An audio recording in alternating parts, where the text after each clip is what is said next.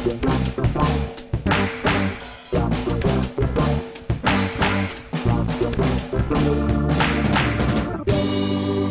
welcome to Star Wars Spelt Out. I'm your host, Josh Chapman.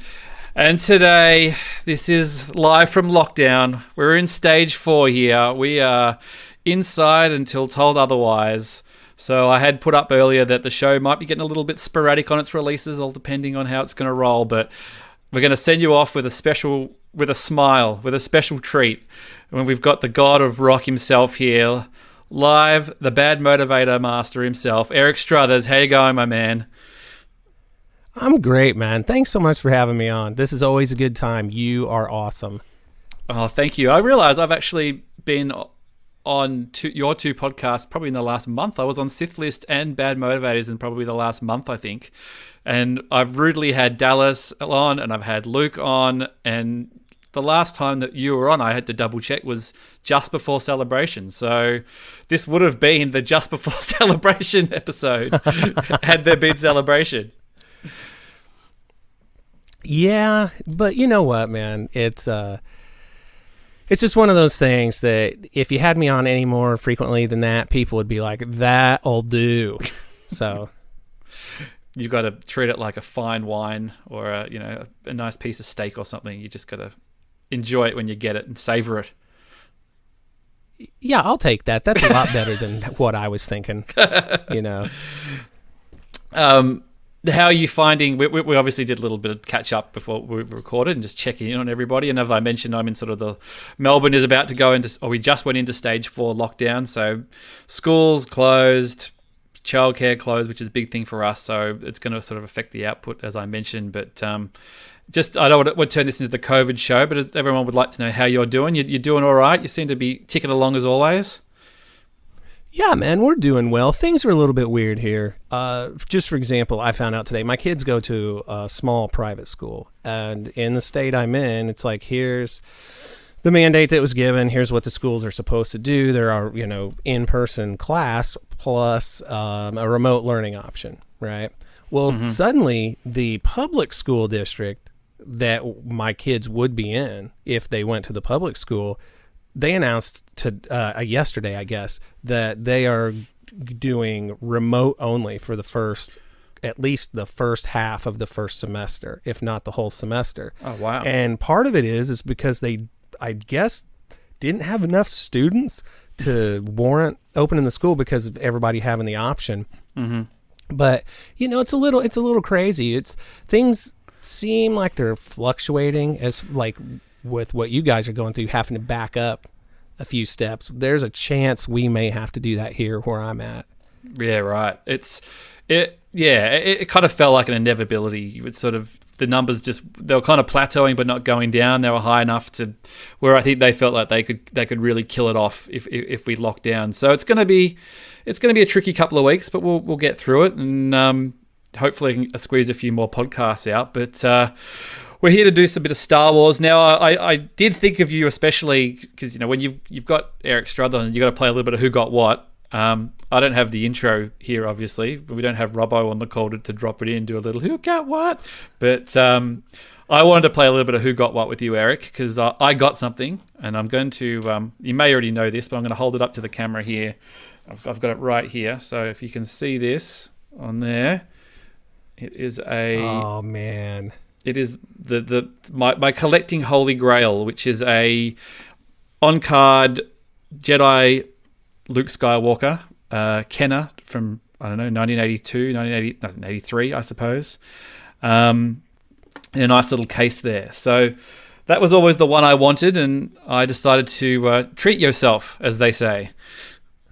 Well, good on you, man. That is a cool figure. I'm extremely jealous, I will say that. Yeah, I have to partially blame Matt Frost, our friend Matt Frost, for this, because he's been going on an Empire Strikes Back vintage kick, and he joined a few Facebook groups, and he sort of said, "Hey, you should check out this Facebook group. It's pretty cool, and these guys are all right." And so I went onto there and I was looking around, and some dude was selling a Luke on card at a price I thought was high, but in the realm of possibility.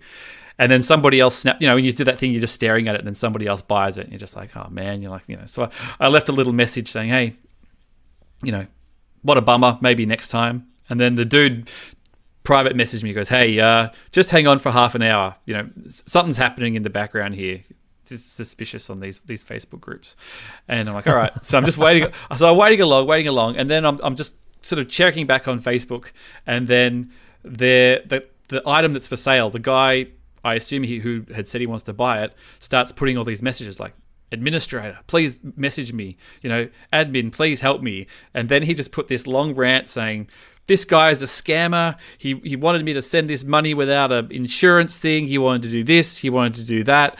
Don't use him. I'm like, oh my God, what is going on here? And then, of course, the guy messaged me. He's like, hey, you still interested in that Luke Skywalker after all? I'm thinking, oh man, I don't know whether I want to deal with this dude. And I said, oh, look, maybe we'll just see how this shakes out.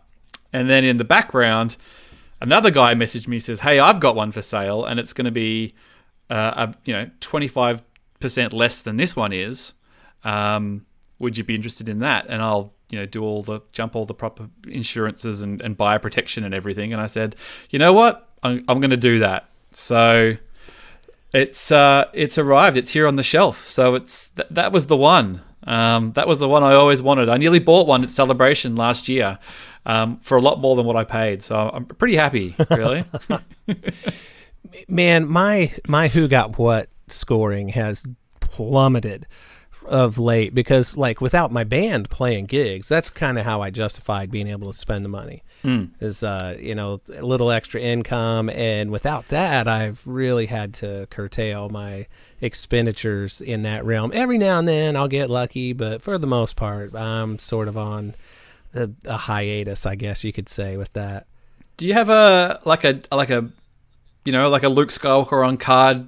Like, if I could just get one thing, if money wasn't an object within, the one that I'm pining for, that I've seen a few times and sat and thought about, or is it sort of, I'm looking at the collection behind you. You got a bit of everything going on.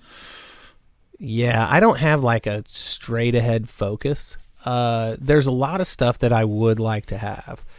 And one of those things would be an original AT-AT.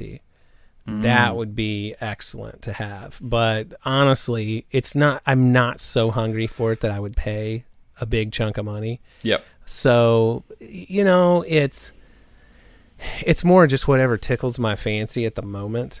That kind of thing. Right. Yep. A really nice, like, let's say like Hot Toys Mandalorian or something would be cool. But yeah, past that, I don't know. There's no sort of like, because this one, and I've told this story millions of times before, but I'll tell it again anyway because you're here, Eric. That this was the figure I always wanted. I was 5 years old when Return of the Jedi came out. Like, Luke was my guy, and I wanted that figure so badly. And my mother went to the shop and she bought that figure, and it was in our house.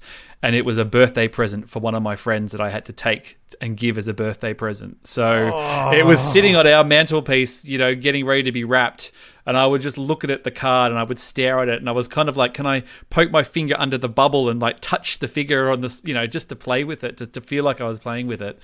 And I never got one. So that was where it came from. That was the childhood, must have thing. So, and I'm sure if I told my mum that story tough. Now, she'd have no idea. She's just like, what are you talking about? You got plenty of Star Wars stuff. That was... The one thing that I wish I had, and obviously this isn't something that's practically gettable, but would be my own personal original Millennium Falcon from when I was a kid. The one that I had, not one like it. Your Rosebud. A complete vintage one. Yes, exactly. Because that's the joke I was going to make. But my dad modified mine on Christmas Day, split it open, put like a little circuit board he put together, the laser sound and some light up LEDs in the mandibles. And that meant so much to me. And then, obviously over the years I grew up and I let this stuff get sold at a yard sale. And, I kept hoping beyond hope. I posted messages on like the town I grew up in. They have a Facebook group, like yard sale kind of thing, garage sale. And it's like, if somebody has this in your basement or something, here's how you'll know it's the one. 0 replies. But you need that. I just pine away for that thing. You need that Mr. Burns money to sort of, to track it down, like him tracking down Bobo, the teddy bear. And it's... Yeah. It's out. I would say it's out there somewhere. They're not the kind of things that get thrown out. I mean, who knows? Like maybe for 15 years, they were the kind of things that just got thrown out, and it wasn't until later that they were. But I would love to know somewhere that it was there, that somehow that they can trace it back. They could take your DNA and they can trace your DNA all the way back to this piece of the toy. Well, here's how you'll know, people. If you're listening to this and saying, "Hey, I have an original Millennium Falcon," there will be a 9-volt battery holder, not a holder, but just like the part that clips on the top inside the smuggler's compartment, and a little red button in the back of like where the stickers are. That was the supposed to be like the engine lights. That's how you'll know. That was mine, and I want it back. Yeah, anything is possible. Stuff turns up all the time. You know what I mean? Like it's always the crazy stories of they find the things, years after they found the pit with all the ET games in it and all that kind of stuff that was supposedly an urban legend. And did you ever hear that story about the No. ET famously was the video game that crashed the industry in the early 80s, that it was made in 6 weeks and rushed out and it was garbage, but because it was ET, they just made millions of copies and it was going to, and it tanked the industry. It was sort of the end of Atari and before Nintendo, just before that spot there. And then the urban legend was that all the leftover games were bundled up and then chucked into a landfill somewhere in New Mexico. And the urban legend was that that's what happened to them all, and they're all out there. And then a couple of years ago, some guys decided to find out if it was true, and then they found like a dump or a landfill out in the middle of nowhere with these chunks of boxed ET Atari 2600 games. So it was actually a true thing. So all we need is the true crime podcast kind of investigation. Find Eric's Millennium Falcon.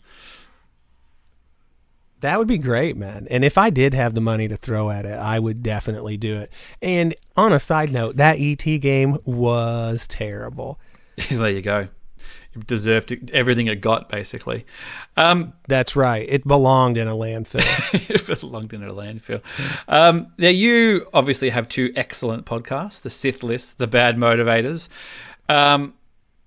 How's it been for you? And I've asked this, and a couple of people have had podcasts here that living in this post-Rise of Skywalker world of Star Wars where there's stuff's going on, but let's be honest, it's not the same, is it? It's not the same as last year, getting a new TV series and a new movie and things. Have you felt an exhale on Star Wars a little bit? Have you sort of been harder to keep the fire going?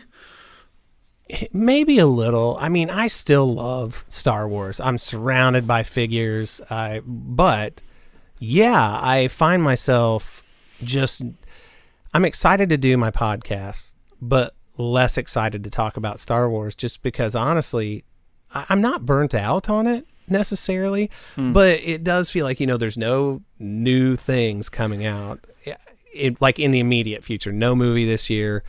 And, the second season of The Mandalorian is going to be fantastic to see, but like, I'm not crazy for it like I was. There's not as much mystery of like, what is this going to be? Like, what's it going to be? What's it about? Like, we kind of go, oh, it's going to be good, but we get the gist. Like, we know what it's going to be. Exactly. And I guess for me, if just talking about random news is fun and all that, like as far as Star Wars news goes, but there's not a lot of meat in it where, we all had this huge emotional investment in the Skywalker saga. And now we're not getting a movie until 2023 at least. And it sounds so I'm bad still going when to you keep say doing it. the podcast. It does. It sounds so far away, doesn't it? Like, yeah. When I hear people saying, "Oh my gosh, I'm going to be 24," God. Shut up! I'm going to be 1,000. But you and me both. but I do still love it. But here's what's nice. I have noticed, like especially on the Bad Motivators, because it's supposed to be just Star Wars, the 3 of us talking about it, whereas the Sith List being like an all things geek, there's a lot of talk about other things. On the Motivators, fortunately, we've got the sort of chemistry where we don't intentionally like vamp so we can take up a bunch of time, but we have this very organic conversation style that still comes out for people who like the show and like how we do it. They find it entertaining still. And, we always manage to turn it back to Star Wars, but there's a lot of sidelines, a lot of Parks and Rec references. And, I constantly talk about Taylor Swift and how great she is. But yeah, it's well, just not on that, as... just to interrupt there, Eric, we did sort of we were going to record a little earlier in the night, and we had things that pushed us back, because that's life. It always happens. And I was like, well, I got a little bit of time to kill. What should I do before I wait for Eric to jump on here? I might have a little listen to an album by Miss T Swift and find out what all this fuss is about, really, and have a little listen to it. And I didn't mind it, actually. I thought it was all right. I thought there was a couple of neat songs on there. I liked Mirror Ball. I thought that was a very good song. And what else did I like on there? I've just totally derailed you, Nero. I'm sorry, but I thought I'll have to. No, you're okay. But I did enjoy it. There was some nice little songs. Cardigan, that was a good song. I'm just looking at the thing here. Illicit Affairs, I thought was a good song.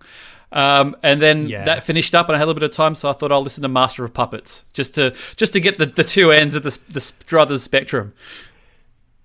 It's funny, man, because I really do like Taylor Swift a lot. I like her music. I think she's a great lyricist, a great songwriter. She's a hard worker. Several people have told me now that they have assumed that my carrying on about Taylor Swift is just part of some long running con that eventually I would like say, a joke you can't get out of. Yeah, you're like the Andy Kaufman of Taylor Swift. Exactly. But I really like what she does. And this particular album is a big departure from like this sonically from the stuff she's done. And it's a real indie, alt rocks kind of record, like alternative, not alt rock. But it's real moody. There's some cool production elements like that song Mirror Ball. Her voice is doubled to make it like this real fat, swimmy sound. There's a song on there that I really dig. It's called The Last Great American Dynasty. And it's a song about the history of the house she lives in now in New Hampshire.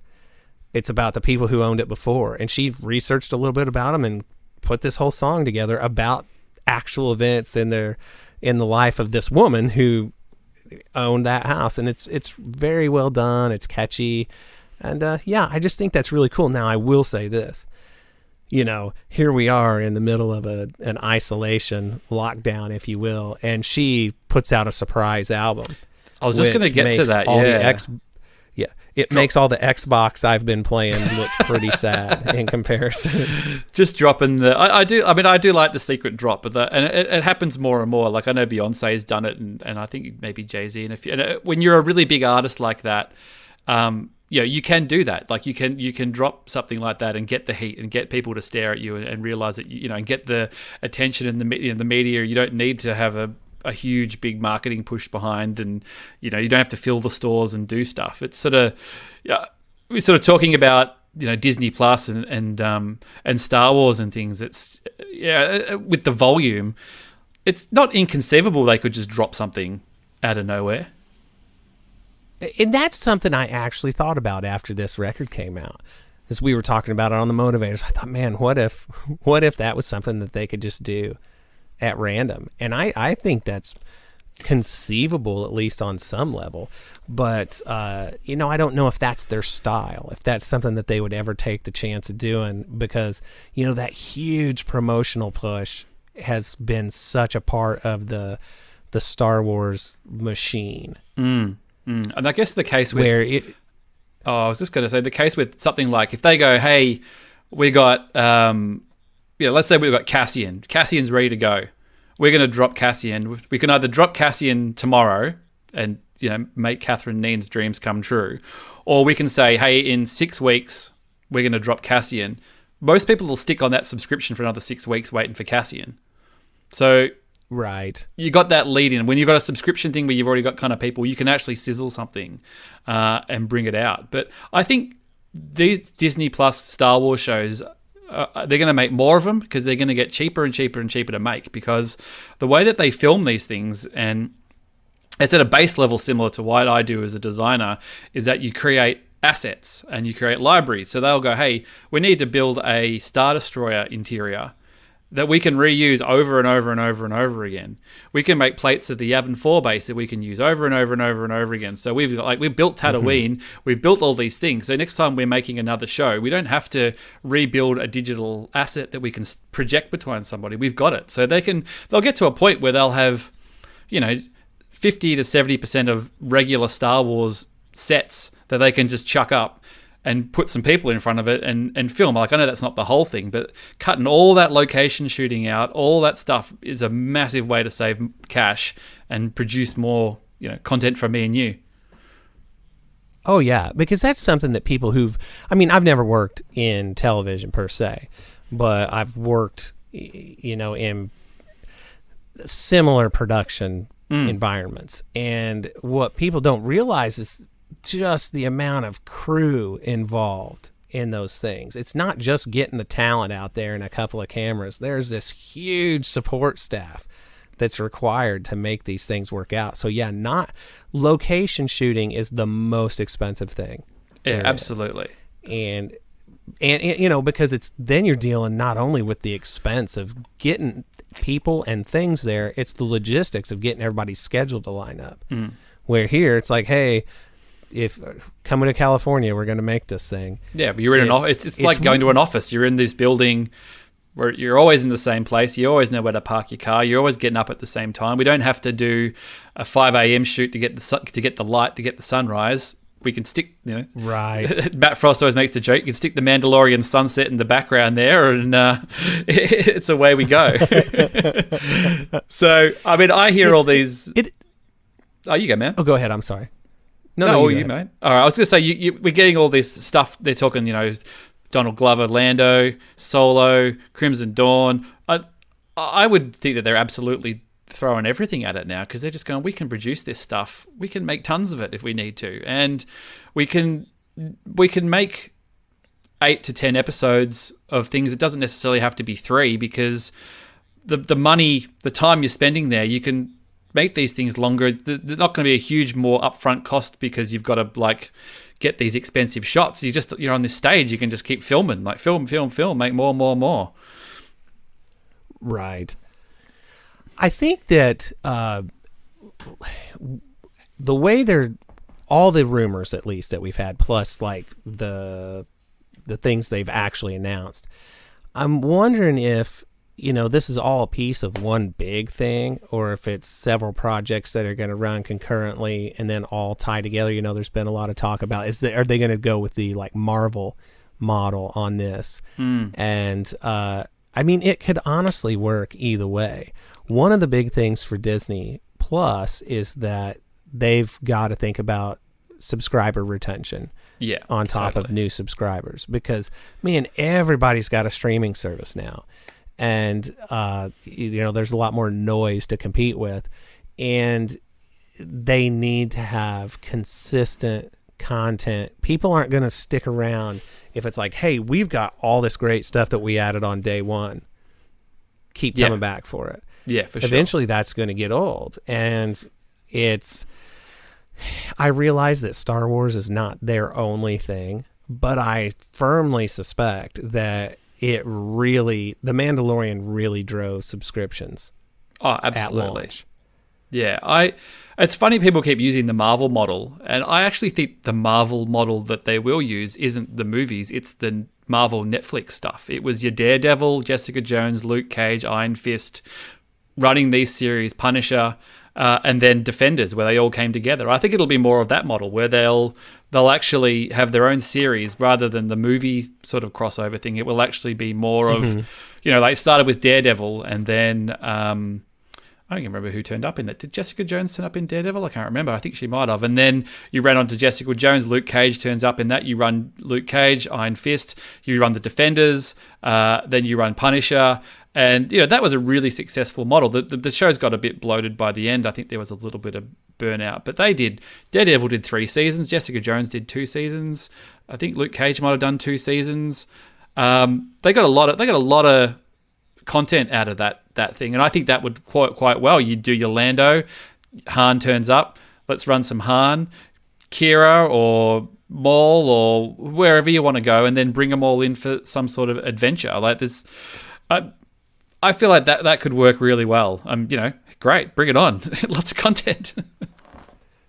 Absolutely. And that's a story that I would like to see come to fruition also. Because I really enjoyed the Solo movie. It's a little, I don't want to say bland, but it's not the one that I go back to over and over again now that like the newness of having it available at home to watch has passed. I'm not watching it all the time, but I do like it quite a bit, and I like the characters. I would like to see what happens. I'd really like to see, I'm a broken record, but I'd like to see more Enfys Nest. I think that's a character that they could really do something with.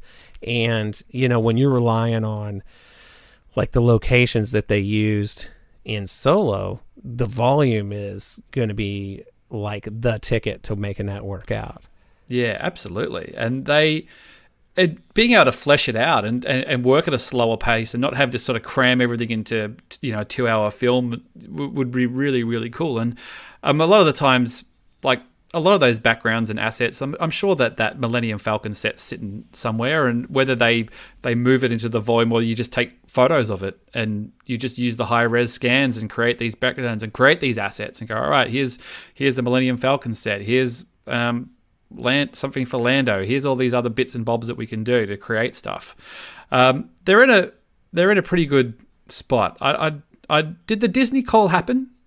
Has it happened yet? It did. And it was a no. Yeah. It was a ba-boom, wasn't it? There was no. I don't know that there was much in the way of Star Wars.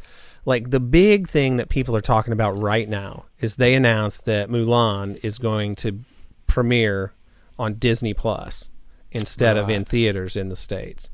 And they are talking about what's the word that they used? A premiere tier.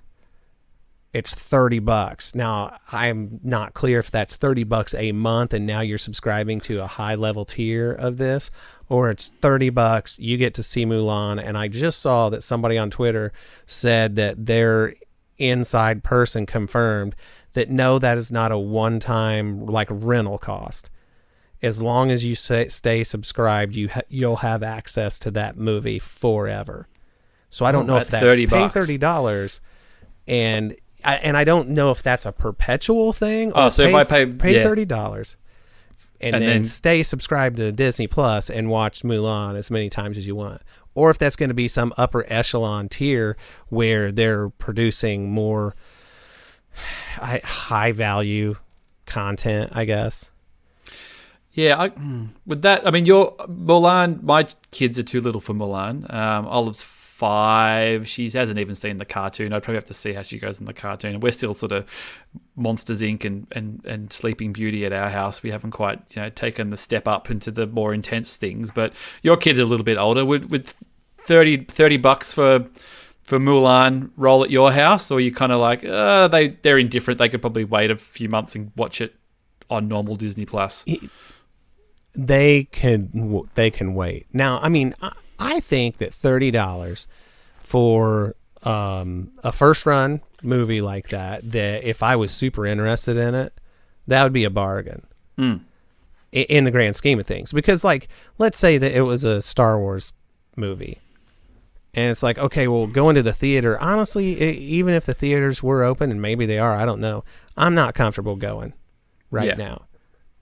Not because I'm scared, just people are gross, man. People are the worst. I think we've established people are the worst. If it's taught us nothing this last year, Eric, we've learned that people are basically the worst. That is 100% accurate. For $30 to see a movie that was going to come out in the theater, now I would want to see a big budget Star Wars film on a big screen. But if I don't have that option, $30 to watch it at home on day one and then watch it as many times as I want after that, absolutely. Yeah. Would you? I'll do it because I was gonna say, is this a slightly slippery slope now? Like they do this and it tracks really well.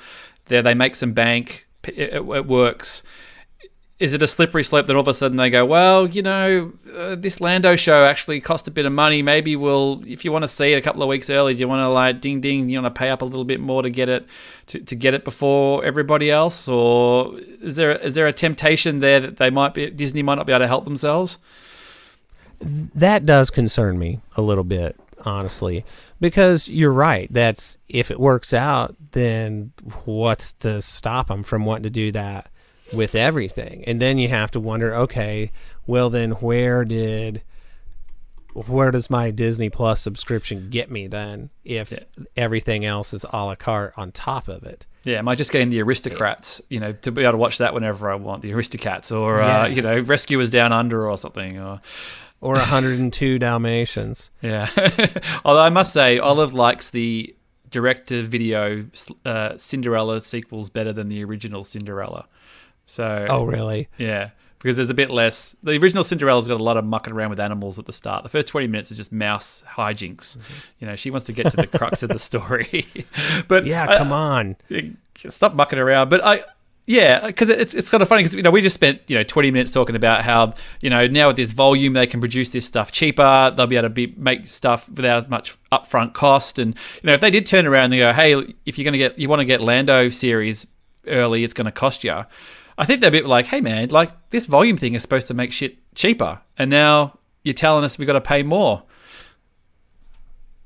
I know that the thing is, we're in like the most unprecedented time of my lifetime, everybody's lifetime, really. Totally. And you've got Disney, who has just hemorrhaged money at this point, because with their theme parks closed and all of their resorts and all of this stuff, it's a tremendous business loss for them. And what do? They've got to stay on track. They've got to recover somehow. And here they have this movie that was supposed to be, Mulan was not going to be a blockbuster. Yeah. But it was a pretty decent budget movie that they expected to make some cash in the theaters. So now they've got this product they've spent this money producing. How do they capitalize on it? Well, I mean, and I think that I don't want to say they're spitballing. They're not just throwing things against the wall to see what works, but I do suspect that there's an element of, we have got to figure out something that's going to work long term to get us back into the black. Yeah, and we can't put it out in different places at different times, because if you do that, it's just getting out and it becomes a worthless property. That's something that I'm wondering about too, is if piracy, I mean, they can take whatever means they want to prevent piracy with this when they go this route at home, but somewhere somebody's going to figure out how to record it and get it out on the internet. Yeah. The end. It's just a matter of time. And I would hope that this has like turned the tide on how are people going to want to consume this sort of product going forward. Have people gotten so happy with being at home that they would rather do that? Well, then they can start making adjustments to how they deliver the content in general, where that would be bad for the theater industry, but good for the consumer at the end. But I've talked about this. I talked about it with Hawes on Blue Harvest, that the music industry is where I come from. Yeah. And, when digital content delivery, specifically with MP3s, became a thing, the big machine that was the recording industry is like, no, sir, not around these parts, And they fought it. And the industry was crushed. And the landscape of the music industry has changed dramatically since then. And it took a while before these companies figured out a way to leverage this into something that worked for them. Yeah. As opposed to fighting it the whole time. And I think that's what these places are going to have to do. And maybe that's what Disney's trying to do right now. But what I do know is I do not want to start paying $30 here and $30 there for stuff for a thing that I'm already subscribing to. Yeah.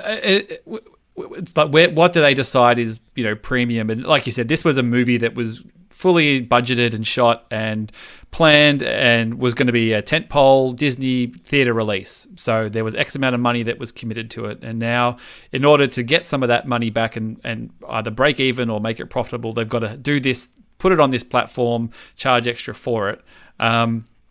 So is it a one-off just because of the circumstances around it, basically, because it's, it's big enough to warrant it, I suppose, is the rationale.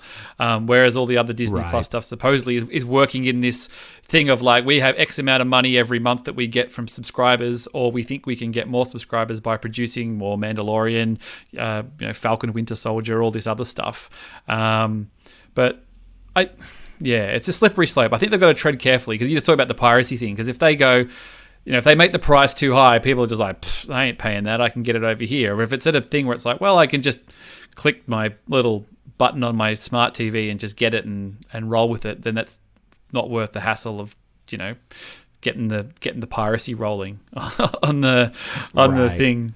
Yeah. I think the music industry one's interesting too, because I remember, I was well into music on that sort of late 90s, early 2000s when that started happening. And, I remember started buying CDs and they'd have the copy protection on them, and then I would try to play them in my car and they wouldn't play, and I'd just be, going to JB Hi-Fi here trying to return a Super Jesus CD because it wouldn't play in my car, which is not actually a religious band despite the name, but pretty solid rock band. I'll send you a link, Strothers. Yeah, let me check it out. So it's that sort of, the consumer is somewhat king to a point. If you annoy them too much, they'll just turn on you. And Star Wars fans are sensitive enough as it is. I mean, they talk about bad PR. If they screw the pooch on Disney Plus and start paying extra for Star Wars content, I don't think even King Tom could defend that one. No, and it would be a bad way to go, because if at the end the consumer is king. And I understand they need to recoup their money, and hopefully that is all that amounts to. They're trying to figure out a way to recoup their money. But at the same time, seeing some of the words that were thrown around, I mean, the earnings call was, like, I don't know, 5 hours ago or something, 6 hours ago.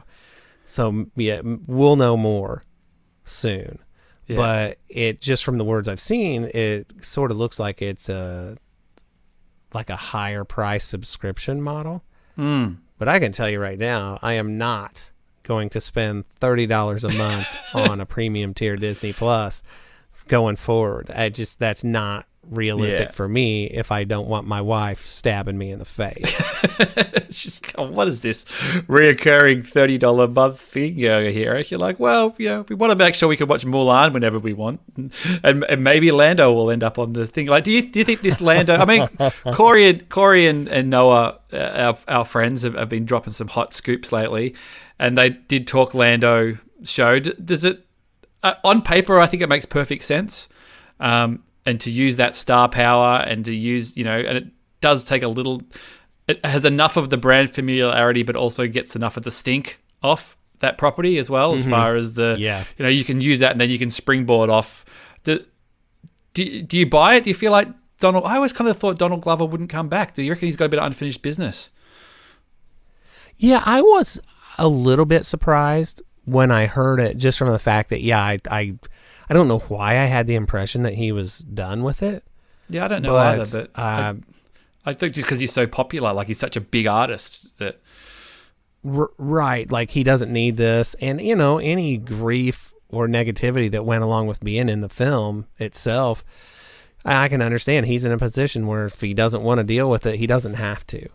And so either he really believes in the character or they offered him a lot of money or something. It's some combination of those things. Yeah. But I do think it's a good get for Disney Plus. I think that's, because of his popularity, that is something that's going to drag in. We talked about this on the Motivators. Having a something that's solo with Alden Ehrenreich, you're going to get the Star Wars / Han Solo fans. Yep. There's not any Alden Ehrenreich fans hanging out going, man, I wish he was in something so I could pay money to see it. Maybe give me that $30 tier, all Ehrenreich tier. Give me the Ehrenreich tier. But when it's, when it's Donald Glover, it's you're going to get several layers of fans. And it's a good move for him. And I'm sure the show will be good no matter what. I do hope they take some like real chances with it. Not necessarily from a goofy standpoint, but just some sort of, a little more like funny, fast rolling kind of thing that maybe doesn't take itself quite as seriously. I think that'd be a neat thing to do. Well, he's not just an accomplished sort of actor, musician. He's actually, he was a comedian. He was a writer. Like, I have a feeling he'll be having a lot of say in what happens. Like I think if he wants to contribute to the story and all that kind of stuff, I think they'll just let him. I think having a Donald Glover joint is a good move. Right. But are you excited for something like that? If you were going to talk to 1 month ago, Josh, would that Josh say, "Man, you know what I hope they make? A Lando series." Was that something that was even on your radar? I can't say it was on my radar just because I didn't think Donald Glover would be a get to front it. I like the idea of that story continuing, and I always kind of hoped that they would do it. And I felt Disney Plus was a good place, and the volume means you can do it on the cheap, and you can make it look good without having to spend too much. You just need Alden and Eunice to suit up, and away you go. The Cassian stuff really interests me. I think there's that's got some huge potential. I think there could be some really fascinating kind of stuff that you can dig into with that. It could be a little bit more different. And talk about Star Wars and risk. They are a very risk averse property. I just finished watching this cartoon, this DC cartoon that they've just done on Harley Quinn, and it's 2 seasons, maybe 30 or 40 episodes, and it's basically balls to the walls, swearing, violence, but it is hilarious, and it just plays with the tropes of the characters, and the tropes of Batman and the Joker and all those characters in a way where it really respects the characters, but in the same way just kind of makes fun of them in a way. It's absolutely hilarious. Like, I wouldn't show your kids, but it's the best thing that DC have put out, I think, since probably The Dark Knight. Like, seriously, it's that good. And I'd given it to Matt Frost to watch because I thought it'd be right up his alley. We were just talking wouldn't it be great if they could do a Star Wars? Like, if Star Wars could take those kind of risks to do an adult theme thing where they're just absolutely happy to make fun of themselves, make fun of their fans, make fun of the cliches, make fun of everything. Like, I would love that. That was what I would love to see. Some people would hate it, but well, I think that's something I would like too. And you're the second person in just a couple of days that I've heard about this Harley Quinn series from who was saying how great it was. So I'm definitely going to have to look into this. Oh yeah, it's awesome. It's it's got swearing and violence in it, which is great sometimes when it's done right. But it's just so clever, and it just has the perfect pitch of being able to make fun of itself. And I think maybe when I was on with you guys and we were talking about Taika Waititi directing, and kind of going, Taika Waititi is really great at finding the ridiculousness in a situation that people are, or bringing how a normal person would react in a ridiculous situation. Like, Thor's a perfect example of just like, it's so ridiculous, but yet it's centered by people kind of going, almost acting like a normal person would act in it. And can you bring that into, and it's in his Mandalorian episode as well, a little bit too, where the stormtroopers are sort of just like, did you know he just killed somebody? Like, that just seems like kind of like, isn't he just a bit of a crazy person? People discussing the weirdness of it. Like, I think there is an opportunity that Taika Waititi could do that in Star Wars to a little bit, but in a movie, like, what can you do? They dare to dream, Eric? We keep rounding up on Solo. Like, you feel like that's what Lord and Miller wanted to do, and they were, shown the door because they just kind of took it too far. That would be, I don't know, that would be delightful to have that play out that way. But because I don't think that, I think I'm doing it with a movie is too risky. Yeah.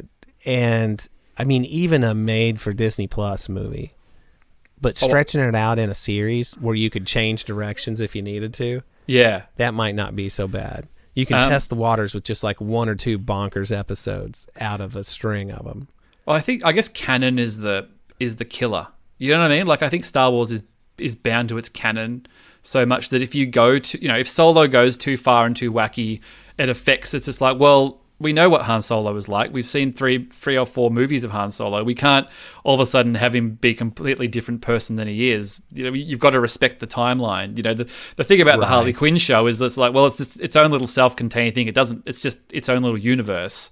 It doesn't really matter. It can just break off and do its own thing. But I tell you what, $30 a month Disney Premium for the Lord and Miller cut of Solo and the Gareth Edwards cut of Rogue One.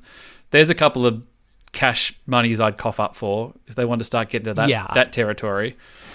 I would definitely pay for those at that price point. I would definitely do it.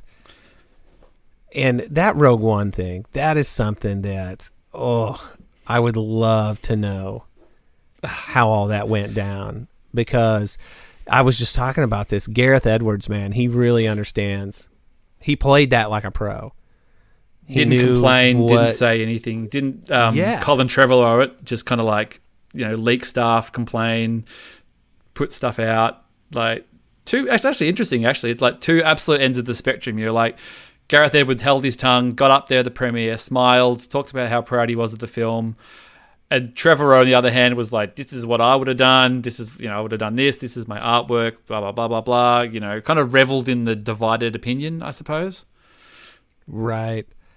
Not to say that he would have had the exact same divided opinion on if his film had come out.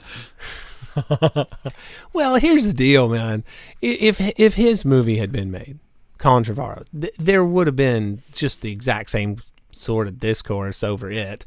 At this point, it kind of doesn't matter what it is.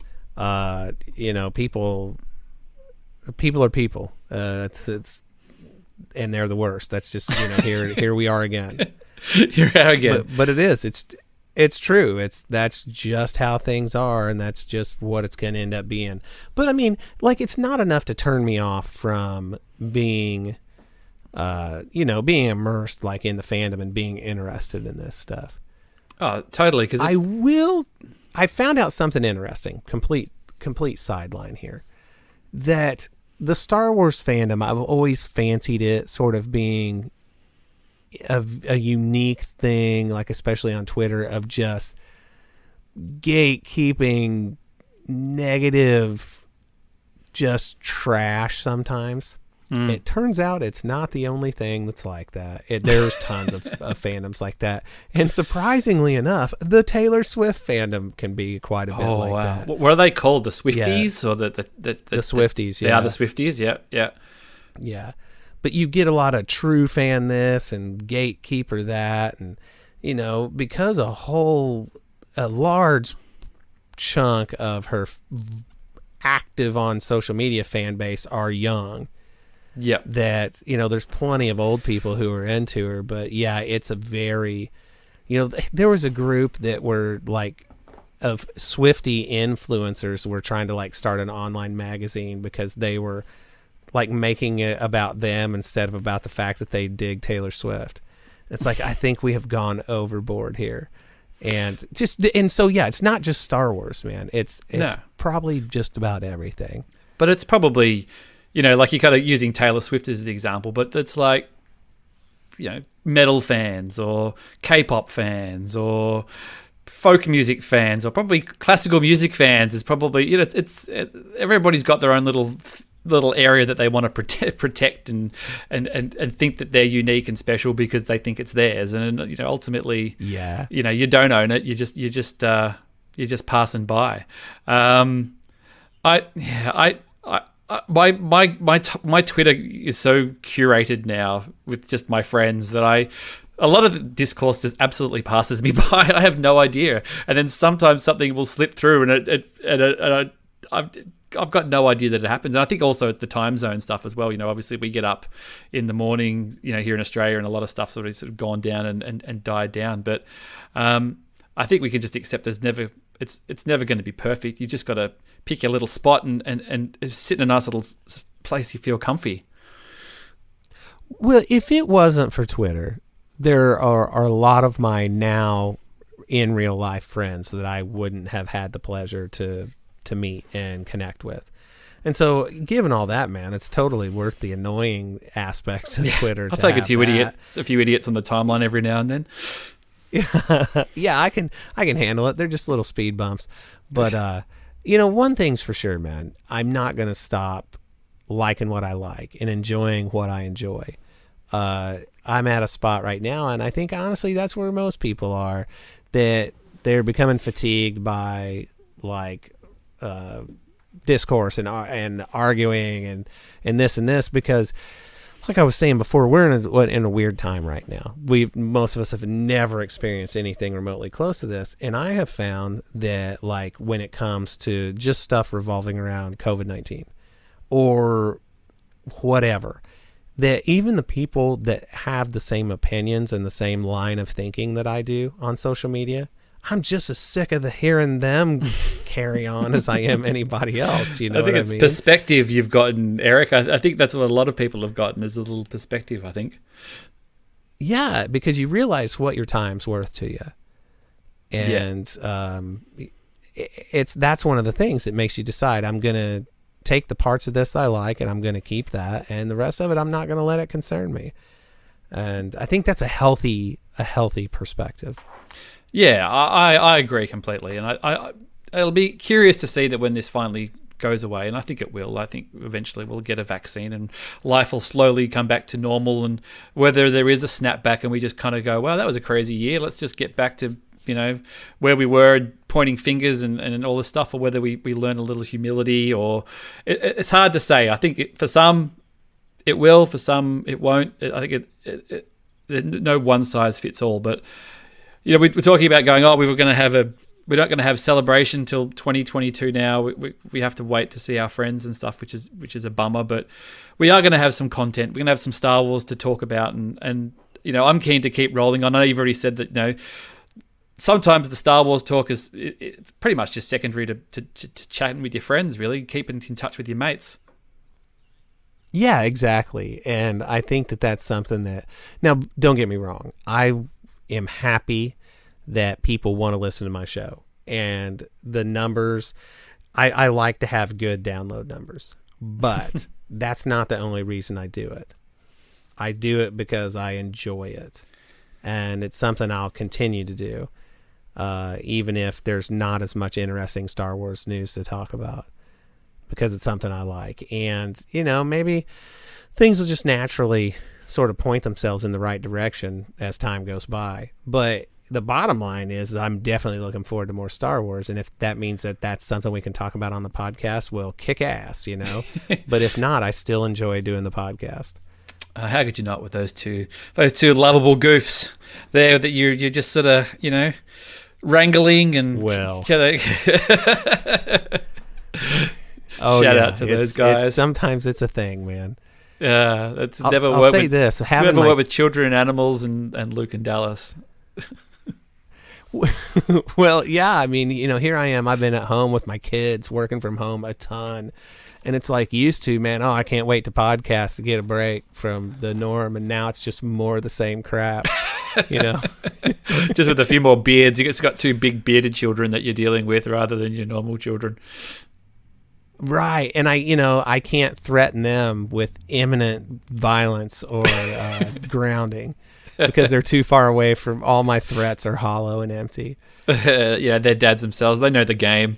They're like, we played this game, Strothers. We know. We know you got nothing. Now That's right. Let's just derail this conversation for a little bit again.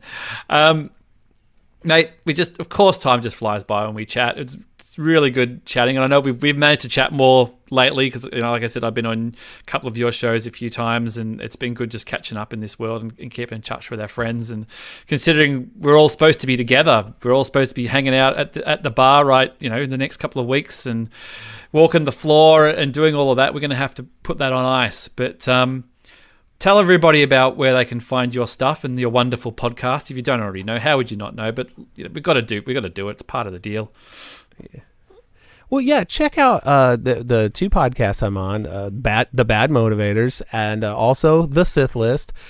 Sith List is all things geek. The Bad Motivators is mostly just Star Wars, mostly. And to really figure out what's going on, man, just follow me on Twitter at Eric Strothers, because I will talk about both of those things and more. All you got to do is look for it. Unreal. And yeah, thanks to everybody who's sticking with the podcast. I know it's hard to listen to stuff these days, and it's nice when people say they're still listening, because I'll be honest, my listening has dropped off because it's just the way of the world. So it's nice when people are like, oh no, I still find time to listen to you, which is cool. And even if you're hearing this a year from now and we've all forgotten about the way that the world is, you can reminisce about it and go, wow, I can't believe they charged us $70 to watch that new Lando show that, was a CG Donald Glover. He turned up for two days, and the rest of the time it was all the back of his head. But anyway, it was worth the journey. You can find our stuff at StarWarsBeltOut.com. All the things are there. Eric, mate, a pleasure as always. Always great to speak to you. Yeah, man. Thanks so much for having me on, Josh. You're a really good dude, and I enjoy chatting with you any chance I get. Same with you, mate. And hopefully see you soon. Yes, sir.